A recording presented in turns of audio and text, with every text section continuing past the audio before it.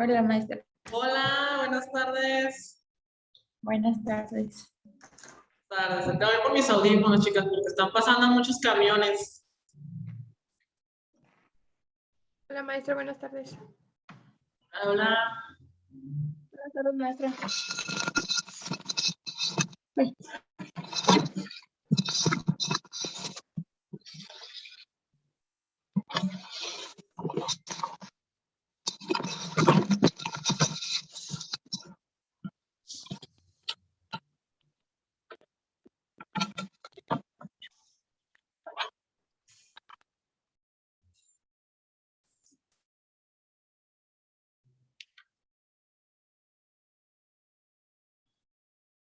Listo, chicas. Les tocó la hora del camión, que pasan todos.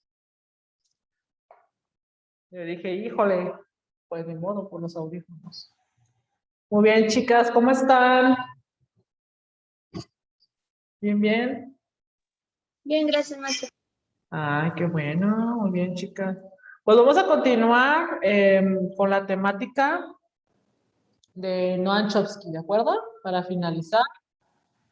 Y vamos a terminar con otro tema que se llama la semántica léxica de los morfemas. Entonces, bueno, nos quedamos, según a lo que yo recuerdo, En la diapositiva 18, según yo. en la 17. Aquí, ¿verdad? Ujú. Sí, porque hemos visto que nacemos con una lengua, la cual está en la mente, es como un chip, pero de repente también nos pueden introducir otro tipo de idiomas de los cuales podemos aprender y tener una mejor facultad para hablar. ¿Ok? Entonces vamos a la 18. A ver si los pongo un poquito más grande, que se pueda ver.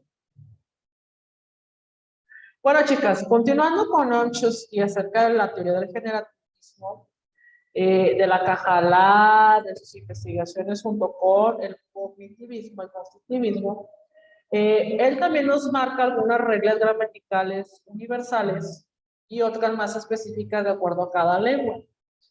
Por ejemplo, la acentuación, él también marca acerca de la pronunciación, que es la prosodia, cómo va el acomodo, como ven en el inglés, algunas palabras se pone primero, por ejemplo, el color antes del objeto del que se está hablando. Si decimos, por ejemplo, aquí en México diríamos el jardín verde, esa ya es el green garden, o sea, al revés. O sea, esas son pequeñas reglas que ellos fueron como autentificando de acuerdo a cada lengua, de acuerdo a cada forma de la pronunciación del ser humano. El generativismo también es un movimiento lingüístico que se tradujo en el desarrollo de la gramática generativa, que ya la vimos anteriormente, en sus diferentes modelos o versiones. La gramática generativa es un conjunto finito de reglas capaz de generar un número infinito de oraciones. Fíjense. Ahora les voy a explicar un poquito más, porque ¿cómo está esta parte? Aquí es la cuestión más importante de Chomsky, es este último párrafito, cuando él define que la gramática generativa, o sea, la gramática que tú generas como ser humano, tus palabras, tu escritura, ya sea poemas, novelas, pláticas, ahorita en día WhatsApp, chats, todo lo que tenemos hoy de tecnología, nos dice esto, chicas, es un conjunto finito de reglas. ¿Por qué finito? Porque está cerrado, está como cuadrado. Si vemos la lista de verbos de nuestro idioma, son muchos verbos, pero solamente esos verbos utilizamos. No va a haber otro verbo, ni vamos a sacar de la manga otro verbo que no existe, ¿verdad? Solo lo que vemos en los diccionarios de palabras, solo lo que existe real, ¿sí? Por eso se llama finito, porque está cerrado en ese momento. Pero también la parte infinita para poder crear oraciones. Por ejemplo, otra vez lo que veíamos desde un principio de la materia. Si yo les pongo a hacer 100 oraciones donde el sujeto y el verbo es el mismo, la niña del vestido azul juega, ustedes van a poner el predicado. Pueden poner infinitos predicados en esas oraciones. Por eso los maestros en la primaria, anteriormente, bueno, a mí me tocó, recuerdo, que nos decían, vas a hacer 30 veces la oración, pero el predicado diferente, o desde el verbo diferente, el sujeto va a ser el mismo. ¿Sí? Vamos a poner, Cari García es, y escribimos 30 veces, o Ana Rodríguez es 30 veces los diferentes.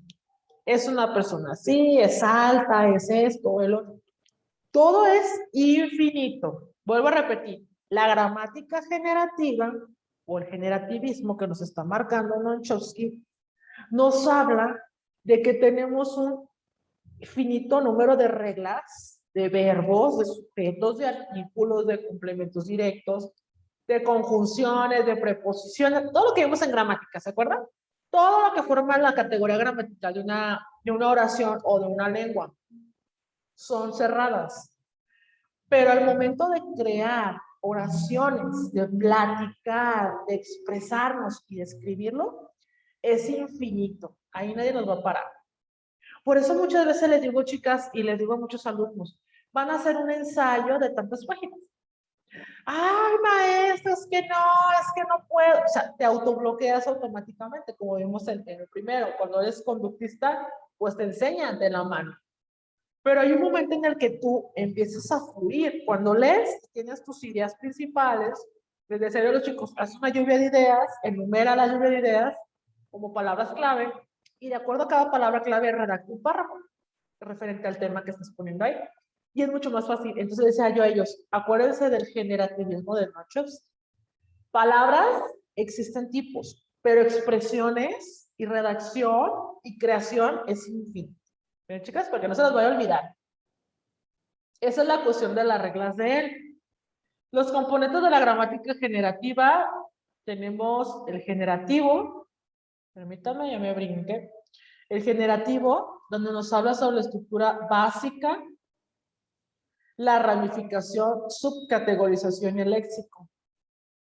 Y en ella viene la sintaxis. La sintaxis, acuérdense, chicas, que es el acomodo de tus oraciones.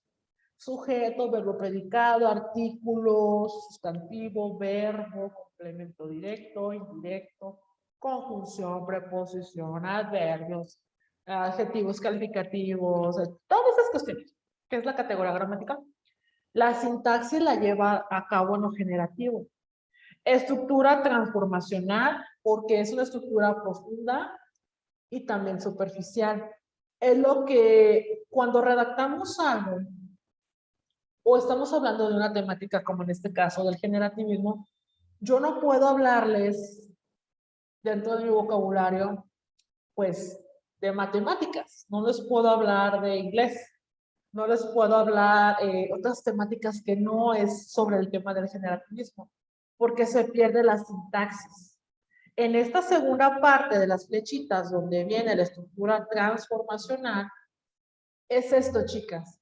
De acuerdo al contexto, tú vas a transformar tu lenguaje, que lo vimos en la primera clase, ¿se acuerdan? En el presencial, existen 4 tipos de lenguas, que era la vulgar, la estudiantil, la culta, todo eso, ¿verdad? Aquí es cuando la magia del generativo, la magia de la sintaxis, nos hace dividir nuestra forma de hablar en cada contexto social. Lo que yo les decía, ¿se acuerdan? No es lo mismo hablar en tu familia que en el trabajo, que con la pareja, con el marido, con el novio, que con tus amistades, que con tu trabajo. A lo mejor en tu trabajo eres muy formal en hablar, muy profesional. Y a lo mejor con los amigos somos más vulgares, que es lo más común, ¿verdad? Porque te sientes libre para poderte expresar. Y aquí es cuando esa estructura profunda y superficial se complementa para poder darte las palabras que necesitas en ese contexto en el que te encuentras relacionando tu vocabulario. No es lo mismo que yo estoy ahorita aquí diciendo groserías. Imagínense, yo, no, muchachas, hijas de no sé, o sea, no. O sea, muy majadera, no me estoy bien majadera, bien vulgar, bien corriente, no, bien de barrio, no sé. Porque no es mi contexto. Más si me varón, a lo mejor con mis amigos se puede ser un poquito vulgar. Como decimos, no explotas de vez en cuando. Pero con la familia hay otra forma de hablar y en el trabajo, con otras personas es muy diferente. Entonces el generativo te da una estructura básica, te da esa ramificación, subcategorización, que es lo del sujeto, verbo predicado, complemento directo, indirecto. Todo lo que se le llama categoría gramatical lo vas a utilizar y lo vas a acomodar para poder dar también esa estructura transformacional. ¿De acuerdo? No puedo llegar tampoco en mi casa a, pues fíjate que el generativismo de Noam Chomsky van a ser en mi casa. No sé de qué me estás hablando. No va al contexto. Aunque a Fernanda le da risa, pero es verdad, de repente dices, ay, cómo me gustaría hablar de esto en mi casa, pero no, mejor separamos, porque al rato no lo vamos a acabar, dicen, ¿verdad? Hagan de cuenta que esto es la parte generativa.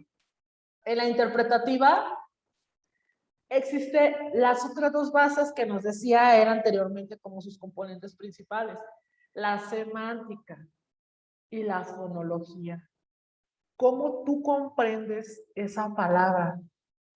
¿Cómo tú, dependiendo de tu contexto del contexto social, laboral, familiar, estudiantil, cómo tú lo comprendes con tus propias palabras? ¿Sí? No es lo mismo decir, te voy a dar un chanclazo, porque luego ya sabemos que es un chanclazo para nosotros, ¿verdad? Si vas a un restaurante y quiero unos chanclazos. O sea, si imagínense, vienen aquí los de Ciudad de México y de repente estamos comiendo y de repente, ¿qué voy a pedir? Quiero unos chanclazos y todos voltean. Lo van a golpear aquí, se va a poner bueno, con las sandalias, sí, sí. Pero para ellos chanclazos son los chanclas, los guaraches, los de comida. Esas tortillotas largas que hasta le ponen carne y todo.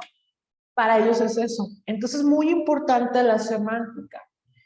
Conozco personas que vienen de otros estados también, chicas, de repente cuando llegan de Veracruz o de Ciudad de México, o simplemente de Michoacán, como la palabra chicharrón, ¿no? Pues un chicharrón. Y dice chicharrón, pues el de las carnitas, ¿no? Que salen ahí en la carnicería y con salsita, recién hechos. No, son los duritos aquí con nosotros, las botanitas de duritos, que nosotros le decimos duros. Y eso de la guajolota también, ¿no? Pues que la guajolota, pues tú te imaginas un pájaro ahí grandote caminando y ellos se imaginan un tamal con un piropo. Entonces yo les digo, tengan cuidado, amigos grandes, así, tu semántica. Ay, no sé qué es la semántica, no sé, estás maestra. Tu forma de cómo das a entender las palabras. ¿Sí? Otra cuestión es, en la interpretativo, lo fonológico. Tu acentuación, tu pronunciación correcta, ya vemos tu entonación, tu ritmo, tu pausa. También es muy importante dentro de lo que es el contexto del generativismo. Y bueno, también aquí nos dicen algunas reglas de transformación, que son las que yo les dije hace un momento. Sustitución, edición, adición, exposición. Cuando vas transformando de acuerdo al contexto social, ¿de acuerdo, chicas? Estos son los tres componentes de la gramática generativa. Vuelvo a repetir. La primera es, si hablamos así, que son cada uno de ellos, yo voy a decir, pues en la primera, no voy a decir sintaxis, pero voy a decir el modo en que tú hablas dependiendo del contexto social. La otra es cómo tú das a entender tus palabras en el contexto donde te encuentres. Y la tercera es cómo tú pronuncias y haces la acentuación correcta de dichas palabras. ¿Para qué? Para cuando tú tengas en tu mente esta composición que nos dicen anchos, que da caja y todas esas cuestiones, puedas poder utilizarlas posteriormente o anticipadamente en una plática. Si ustedes se dan cuenta, no sé si ustedes se han percatado, conforme van avanzando, ahorita que van en segundo, cómo ha cambiado su manera de pensar y de hablar. ¿Sí les ha cambiado la forma de hablar? ¿Se han introducido palabras nuevas? Fernanda, ¿se has introducido? A ver, Fernanda, platícanos. Sí, maestra, o sea, cambia tu lenguaje radicalmente porque estás en la prepa y es de, ay, ¿qué onda? O palabras más, vulgar, bueno, vulgares no, pero... Antisonantes, algunas veces. Y ya entras a la universidad o a trabajar y es que tienes que hablar, enseñarte a hablar más formal y a aprender a dar tus puntos de vista que sean directos y que entendibles para los demás. Exactamente, imagínense, gracias Fernando, imagínense como después de familia. ¿Qué onda, don? ¿Cómo estás? ¿Qué onda? El barrio aquí. Y va a decir, ay, o esta señora, ¿qué le pasa? ¿O esta maestra? ¿Es maestra o es la del aseo? Para decir la del aseo es la maestra. Es la maestra. Ay, híjole, qué grosera. Niños hijos de tal por cual van a decir, ay, espérate, ¿qué te pasa? O sea, por eso se está en esta cuestión generativa en la que decía, nos dice John Chomsky, hay unas reglas que están cerradas en tu pronunciación, pero la manera es infinita de decirlas. De decirlas es infinita. La pregunta, ¿por qué generativa y transformacional? La parte generativa porque genera o produce todas las oraciones aceptables. O sea, lo que tú puedas decir en el contexto en el que te encuentres que sea aceptable. Y transformacional porque emplea las reglas para transformar las unidades subyacentes en lo que cualquier hablante entiende. Lo que yo les decía otra vez, vas a utilizar tus palabras, vas a generar palabras desde tu mente para cada área de tu contexto social.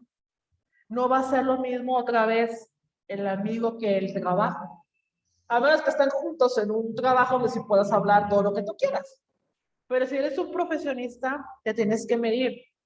Si estás en una farmacia, no puedes gritarle a un cliente, no puedes faltarle respeto a alguien porque pues te corren y hasta te fichan. Entonces, esa cuestión muy importante dentro de lo que es el generativismo. El sentido de las palabras, pues tiene varios sentidos, pues si gustan apuntarlo, chicas, este tema es muy importante porque es cuando decimos, ah, yo ahora entiendo por qué no entienden los niños o por qué no entiendo a veces. Tenemos el primero que es el sentido recto. Es el sentido primitivo u original de las palabras. ¿Sí? Ejemplo, cortina, tela que cuelga de puertas y ventanas como adorno para aislar la luz. ¿Sí? Aquí se comió los dos puntitos, pero era cortina, dos puntos y el significado directo. O sea, el original, el del diccionario, como el de la pata, que al final resultó que la pata era el mueble, ¿verdad? No era lo que pensábamos que era el animal o el pie o la tostada, sino que era el del mueble de madera, que era una pata para sujetar algo. Ese es el sentido recto, es el original. Por ejemplo, el de nosotros viene siendo el original, el español de Castilla. El de España es nuestro original en nuestra pronunciación, en nuestro diccionario, esa es la primerita que te da. Cortina, dos puntos, tela que cuelga de puertas y ventanas como adorno o para aislar la luz. Ese es el recto. El siguiente es el sentido figurado, que a veces decimos, ay, Cari, Andrea, Marisol, Fernanda, hablan en sentido figurado. Nunca se han preguntado por qué nos dicen eso. Tú hablas siempre en sentido figurado. Y yo decía, ¿por qué me dicen que en sentido figurado? Pues vamos viendo qué es eso. Es el sentido que adopta una palabra cuando por alguna razón denota una idea distinta de la que corresponde al sentido recto. Ahora sí, ejemplo. Cortina, cualquier cosa que encubre y oculta algo. Eso es lo que tú entiendes como la segunda opción del significado de una palabra. Ahora sí, pata, pues del pie del humano, de un animal. Pata, una tostada. Pata, la pareja del pato, ¿no? Digámoslo así. Ahora sí viene la cuestión del sentido figurado, es eso.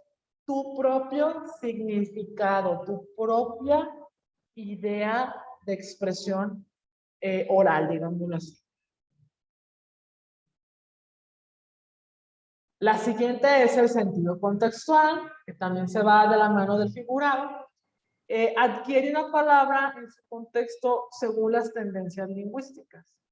Sí, por ejemplo, el contextual como ahorita que tenemos WhatsApp, Facebook, Smart TV, Twitter, Zoom o Meet, ¿no? La aplicación Meet o la app, ¿no? Que son palabras que por contexto social y lingüístico lo estamos utilizando. Por ejemplo, Pedro está lavando la ropa. Francisco le lava el cerebro a todos. Aquí hay dos sentidos diferentes, ¿se dan cuenta? Con el verbo lavar, según el contexto. En un contexto nos está diciendo que Pedro va a estar en su casa lavando su ropa, tendiéndola, no lo imaginamos. Pero por otra parte, en el otro contexto, con el mismo verbo de lavar, Francisco le lava el cerebro a todos. O sea, Francisco te está hablando de alguna temática para que cambies tus ideas acerca del mismo, ¿de acuerdo? Déjame seguir con la siguiente. Eso es todo. Ok, chicas, ¿dudas que tengan sobre el generativismo de Noam Chomsky? ¿Todo bien? ¿Segura? No se les va a olvidar jamás porque la van a ver en quinto otra vez. Tómate este tema. ¿Todo bien, Cari? ¿Dudas que tengan? Todo bien, maestra. Todo bien. Fíjense, en esta parte que les estoy regresando, el generativismo es este punto, lo que les decía el último parrafito, por si gustan ponerlo como concepto o si gustan ponerlo como el significado directo, el objetivo, de que es un conjunto de reglas finitas capaces de generar un número infinito de oraciones.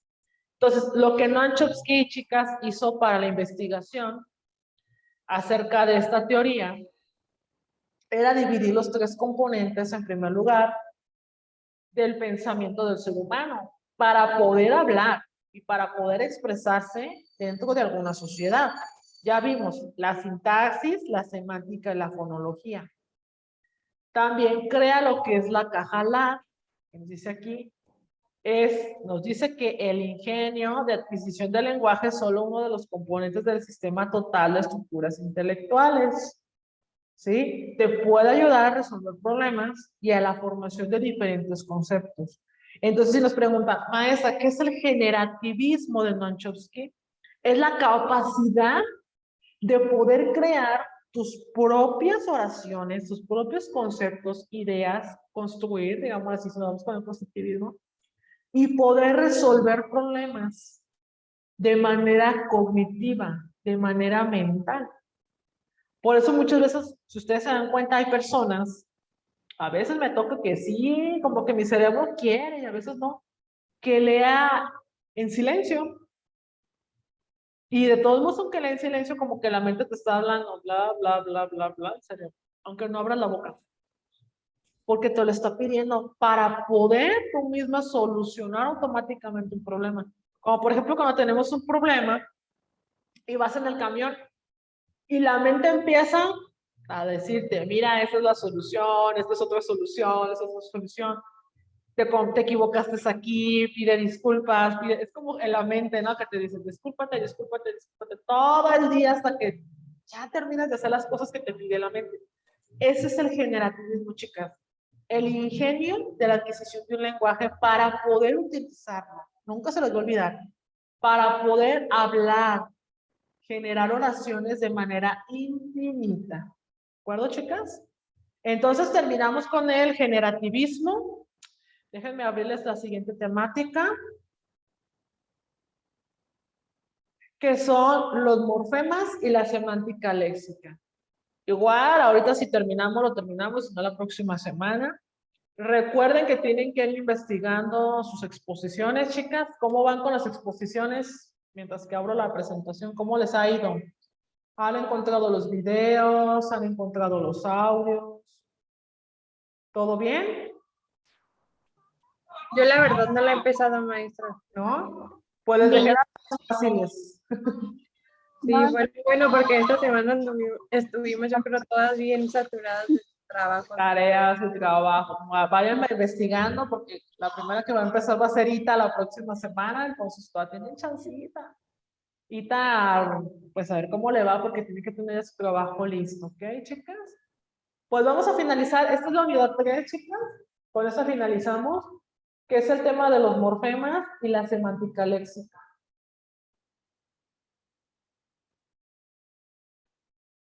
Muy bien. Los morfemas. Bueno, la morfología estudia la forma de las palabras. Ya lo habíamos dicho que era la morfología. La estructura física. Los distintos elementos significativos que las componen. Por ejemplo, el acento, las diéresis, el puntito arriba de la I, de la J, ese guiñón, como decimos, o no puede decir la rayita que va arriba de la ñ, y el papel gramatical que desempeña cada uno de estos segmentos dentro de la palabra. O sea, en la morfología es, por ejemplo, si le quitamos el acento a una palabra, pues se escucha muy diferente, como lo hemos visto el de papá, ¿no? Y dices, ve con tu papá, y hasta se escucha diferente si dices, ve con tu papá. Voy a decir, pues, ¿qué es el que me voy a confesar o voy a comprar una bolsa de papitas, etcétera, ¿no? Entonces, fíjense, de esa estructura, al quitarle simplemente el acento o una S o una R o una L a una palabra, pues se transforma. Y esa es la morfología. También se encarga de clasificar las palabras en categorías, que era la categoría gramatical. Lo que le dice Noam Chomsky, sustantivos, adjetivos, verbos, etcétera. Y de la formación y variantes que pueden presentar las palabras, ¿sí? Por ejemplo, singular, plural, femenino, masculino. Un monema es una palabra dependiente, es decir, un fragmento mínimo capaz de expresar un significado y que unido a un lexema modifica su definición. Entonces, un monema es como la palabra, si yo digo mamá, va a decir ma. ¿Sí? Como en el diccionario que buscas la M y te pone la M con A, M con E, M con I, M con O y M con U. ¿Sí? Así lo encuentras en el diccionario. Hagan de cuenta que esos son morfemas. Muy bien, déjenlo de tantito a la siguiente. Llamamos morfema, chicas, a la unidad mínima significativa dentro de una palabra. Ese es su significado de morfema. Articulado estas unidades mínimas, formamos sus palabras. El significado de la palabra depende de la combinación de los diferentes morfemas. Y también todos esos componentes que lo van a realizar, ¿de acuerdo? Es el secreto de la enorme economía del sistema lingüístico capaz de generar infinitos, como decía Chomsky, enunciados con un número limitado de morfemas. Si se dan cuenta, este último párrafo es acerca del generativo todavía, lo seguimos utilizando. Entonces, bueno, vuelvo a repetir que es un morfema. El morfema es la unidad mínima significativa dentro de una palabra. ¿Sí? Por ejemplo, si yo pongo padre, va a ser padre, como dicen, sílabas. ¿Se acuerdan de las sílabas? Hagan de cuenta que es la sílaba. Padre. Y después, con acento. Pasado, con pa. Entonces, cuando vean en la enciclopedia, que diga, vamos a buscar en un diccionario una palabra con ma, ese es un morfema. Ma es un morfema. Ahora vamos a hacer un ejercicio para que nos quede bien claro, para que no se nos vaya a olvidar. Aquí están unos ejemplos. Casona, se fijan, está dividida. Cas es el morfema y una otro morfema. Hay uno de raíz y hay una fijo. Gat, gato, gata, gatos, gatas, gatitas, gatitos, etc. O gatotes y gatotas. ¿De acuerdo? Pueden poner el ejemplo, chicas, si gustan. El de casona y el de gat. Lo rojo es el morfema.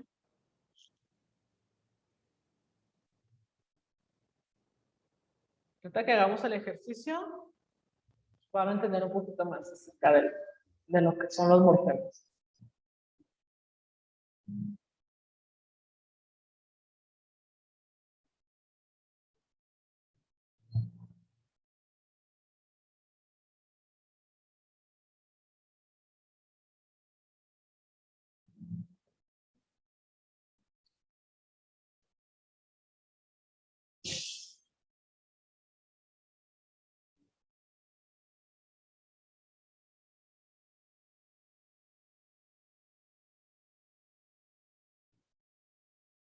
Muy bien. Ahora sí le voy a pedir a Fernanda, ¿me puedes leer, por favor? Las clases de morfema. Gracias. Clases de morfemas. Morfemas léxicos, lexemas o raíz. Son las unidades mínimas con significado léxico. Mar, superficie.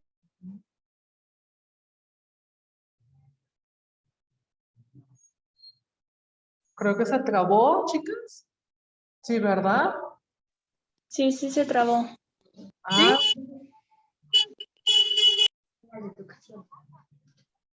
listo, Fer, es que como que se te trabó. Ah, ok. ¿Sí escucharon lo de mar? No, solamente escuchamos mar, superficie, hasta ahí. Ah, ok.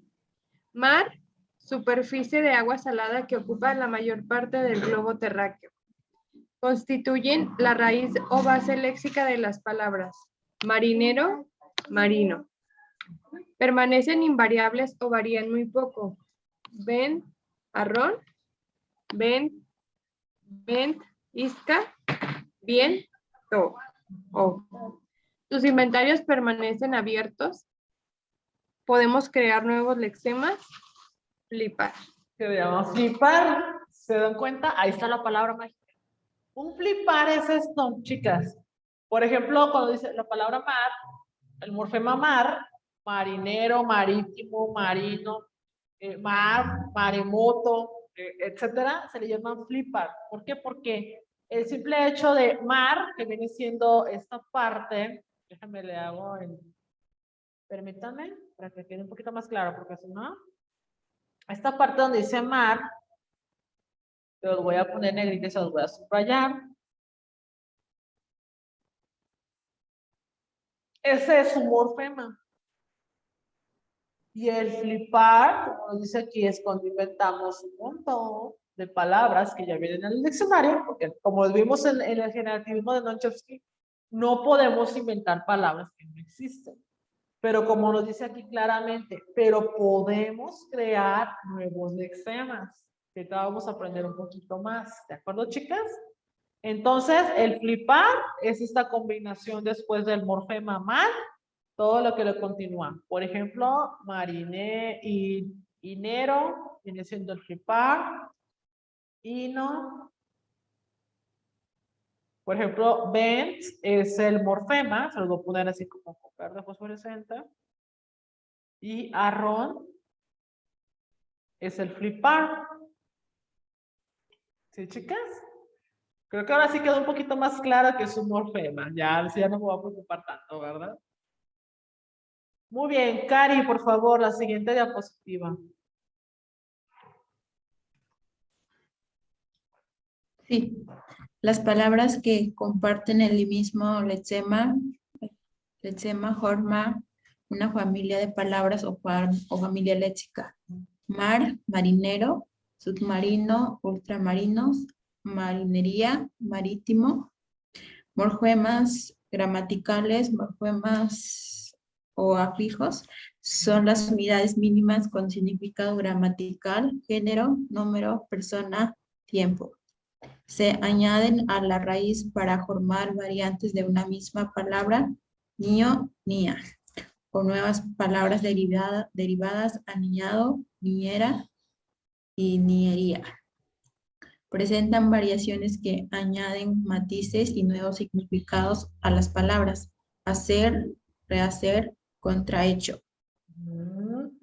Entonces, cuando nos dicen, a ver, ¿qué es un afijo en el morfema? Es esta fusión, chicas, como por ejemplo viene aquí el de niño, niña. Aniñado, ¿se fijan? Viene la palabra niño, niña completa junto con otra fusionado para dar un nuevo significado. Niñera, de la palabra niño. Niñería, también de la palabra niño. Igual, hacer, rehacer, qué hacer, ¿sí? Porque dicen, ¿qué es qué hacer? Pues qué hacer es lo que hacemos en la casa, ¿no? Limpiar, hacer cositas, se llama qué hacer. Pero acuérdense, en estos morfemas, obviamente cuando cambia de forma que ya vimos clásica, que es la unidad mínima, a lo que vimos ahorita que son las clases, por ejemplo, déjenme ver dónde dice. Por ejemplo, los léxicos ya vimos cómo son, pero cuando cambian a fijos, es una fusión de dos palabras, ¿sí? Para complementar, de igual manera, va a tener un significado asociado al original, a la raíz original, aunque puede tener otras acciones diferentes. ¿De acuerdo? ¿Ya pusieron los ejemplos? Pongan el ejemplo de niña, niño.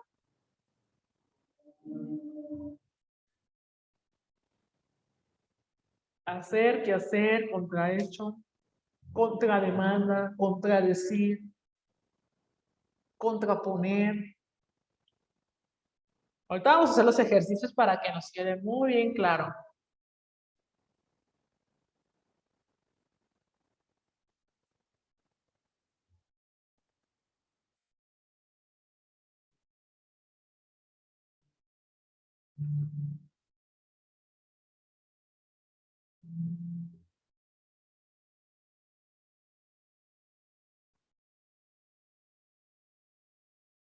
¿Listo, chicas? Bueno, vamos a continuarle.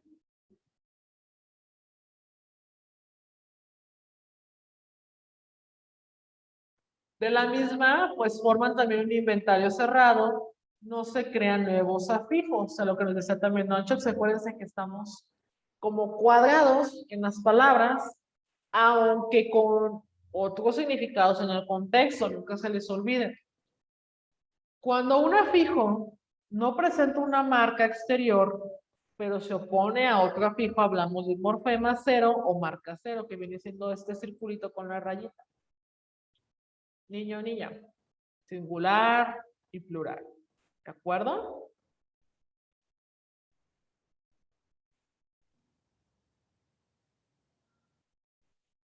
O sea, vamos a explicar un poquito más por decir, ay, ¿qué pasó, maestra? Cuando pones esa marca, tú pones entre paréntesis si va a ser singular o plural. Pero esa rayita quiere decir que ya no tiene otro significado más. ¿Sí? O sea, no puedes poner niña o niño, niñe, que hable acerca de un niño, ¿verdad que no? Niñe, o ñaña, o naña, o sea, no, se le pone el circulito, se cierra, porque solamente existe esa palabra. Solamente te va a decir, ah, bueno, entonces solamente va a haber singular y plural, no más. No tiene un presente, un pasado. Aquí les puse un cuadrito que nos dice lo siguiente. No te confundas. Un morfema léxico es una raíz y un morfema gramatical es un morfema o un afijo. Lo que vimos son muy diferentes para que no se me vayan a confundir que, ay, es que el morfema esto es esto. No, son muy diferentes. El siguiente, por favor, Andrea, ¿puedes leer, por favor? Clases de afijos. Sí, maestro. Gracias. Clases de afijos. Afijos flexivos, las clases. Flexivos o desinencias Gracias. se sitúan al final de la palabra. No forman palabras nuevas, sino variaciones de la misma palabra. Niño, niña, niños, niñas, así como a, amos, ais y an.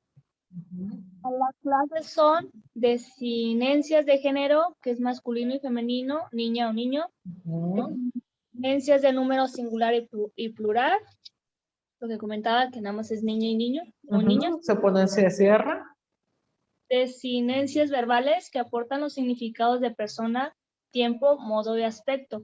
Aba, abas, aba, abamos, abais y aban. Como dicen, el copretérito, ¿no? En la primaria. Vas a hacer oraciones en copretérito. Entonces, ¿qué es eso? Pues es esto. Cantaba, cantabas, cantaba, cantábamos, cantabais o cantaban, ¿sí? Cuando es esa conjugación de verbos con la terminación aba. Déjalo ver al siguiente. Ay, aquí se me movió, pero bueno. Los derivativos se sitúan delante, detrás del lexema y modifican su significado. Por ejemplo, acuático, subacuático, marido, maridaje. Y forman palabras nuevas derivadas. Por ejemplo,